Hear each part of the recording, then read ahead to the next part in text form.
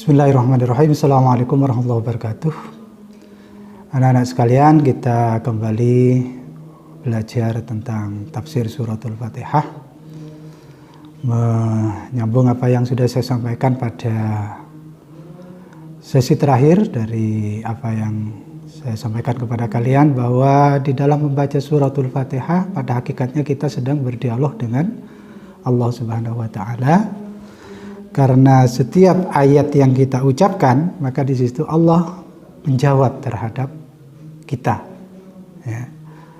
Nah, cuma kalau kita perhatikan bahwa dari hadis qudsi yang disampaikan oleh Rasulullah, seakan-akan di situ suratul Fatihah itu dimulai dari Alhamdulillahirabbil alamin, bukan dari Bismillahirrahmanirrahim. Makanya di situ terdapat perbedaan di antara ulama, apakah Basmalah atau Bismillahirrahmanirrahim itu termasuk dari suratul Fatihah atau bukan. Nanti akan kita bahas hal itu. Kemudian keutamaan yang lain dari suratul Fatihah itu adalah karena suratul Fatihah itu mengumpulkan dua sisi tawassul kita kepada Allah, yaitu yang pertama dengan cara bilhamdi wassana 'ala ta'ala. Kemudian yang kedua bi'ubudiyatihi wa tauhidihi. Jadi ketika kita membaca Fatihah maka kita sedang memuji Allah. Kemudian yang kedua, ketika kita membaca suratul Fatihah maka kita mengekspresikan diri, menyatakan diri kita kepada Allah tentang penghambaan kita kepada Allah, dan pengakuan dan pernyataan kita tentang ketauhidan Allah Subhanahu wa Ta'ala. Karena itu suratul Fatihah itu mengandung aspek-aspek ketauhidan kepada Allah secara utuh dari segala aspeknya. Ya. Jadi kalau kalian belajar di dalam kitab-kitab yang ada di pesantren itu ada aqaid, ya, aqaid yang 50, yang kemudian ada 20 sifat wajib bagi Allah, itu semuanya terangkum di dalam suratul Fatihah. Kemudian keutamaan yang lain dari suratul Fatihah itu di situ dikatakan tastamilu ala syifa'il qulub wa syifa'il abdan. Jadi suratul Fatihah itu mengandung nilai-nilai, mengandung unsur yang bisa menyembuhkan hati sekaligus menyembuhkan fisik. Ya, di situ ada hadisun Nabi yang mengatakan Fatihatul Kitab syifaun min kulli sammin. Ya, suratul Fatihah itu merupakan obat dari semua racun yang ada. Ya, bahkan Rasulullah ketika melihat seorang sahabat yang mengobati seseorang yang sedang kena penyakit dengan membaca suratul Fatihah, maka Rasulullah tahu ma yudrika annaha ruqyah. Ya, kita sekarang sudah banyak mengenal yang namanya ruqyah, ya, bukan ruqyah tapi ruqyah dengan qaf. Itu cara penyembuhan penyakit dengan membaca ayat-ayat Al-Quran. Maka suratul Fatihah itu bisa dijadikan sebagai obat lil abdan.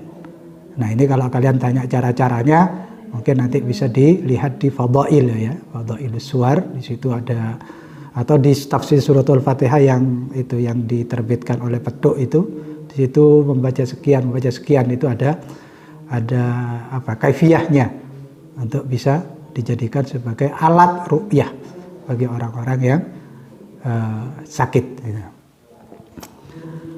Kemudian keutamaan yang lain dari suratul Fatihah adalah tadammanat jami'a ma'aniyal kutub al-munazzalah. Ya. Suratul Fatihah itu mengandung semua kitab, isi kitab yang diturunkan oleh Allah kepada para rasul. Ya. Apa saja itu? Ya, kita tahu bahwa Al-Quran yang kita pelajari itu di dalamnya mengandung berbagai unsur, ya, di antaranya adalah akidah, jelas, ibadah, kemudian syariah, ada i'tiqad atau keimanan kita kepada yaumul akhir, ada sejarah, kemudian ada cara-cara menyangkut masalah hukum dan sebagainya. Itu terangkum di dalam suratul Fatihah. Bagaimana kita menghadapkan diri kepada Allah, bagaimana kita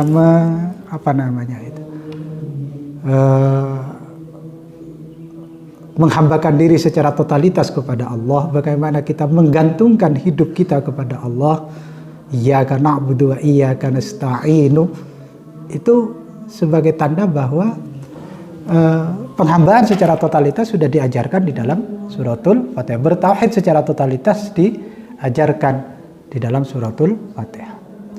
Kemudian keutamaan yang lain dari suratul Fatihah itu annaha mutadamminatun li anfa'i doa, mengandung doa, paling bermanfaatnya doa. Ya, di situ ada Syekhul Islam Ibnu Taimiyah mengatakan, ta'ammaltu anfa'ad doa, aku pernah merenung, kata beliau, tentang doa apa yang paling bermanfaat. Ya. Ketika beliau melakukan perenungan itu, maka beliau ingat bahwa di dalam suratul Fatihah itu ada ayat iyyaka na'budu wa iyyaka nasta'in. Sehingga kata beliau, ya, maka di situ ada permohonan kepada Allah, ada permintaan tolong kepada Allah, yang di situ mengandung nilai bagaimana kita memperoleh ridhonya Allah. Ya.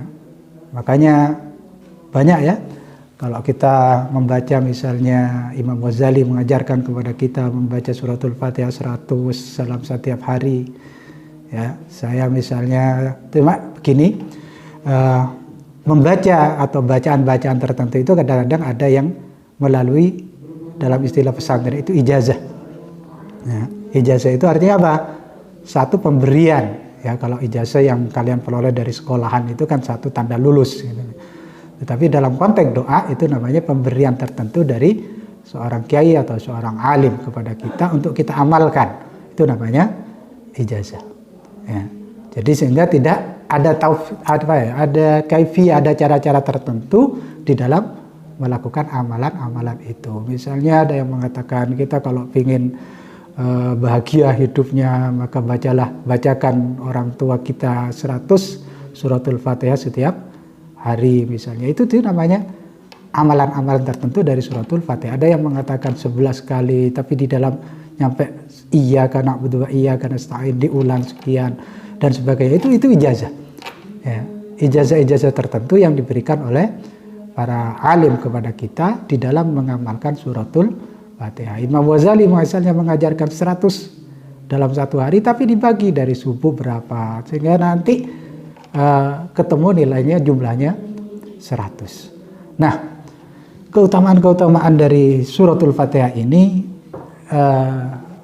seyogyanya menjadi bagian dari kita, sehingga kita tidak pernah lepas untuk selalu berdoa kepada Allah, selalu membaca suratul Fatihah dan seterusnya, dan membiasakan diri, ya, seperti saya katakan di awal di bagian kemarin bahwa sekurang-kurangnya ada satu surat yang senantiasa menjadi kesenangan kita untuk selalu kita baca, sehingga surat itu bisa menjadi perisai kita, bahkan nanti di hadapan malaikat mungkar wa nakir, itu bisa menjadi perisai kita di hadapan, apalagi nanti menjadi tiket kita untuk menghadap kepada Allah Subhanahu wa ta'ala. Intinya dari apa yang saya sampaikan kepada kalian semua bahwa suratul Fatihah itu miftahu kullu khairin wa sada'adatun fi ad-darain.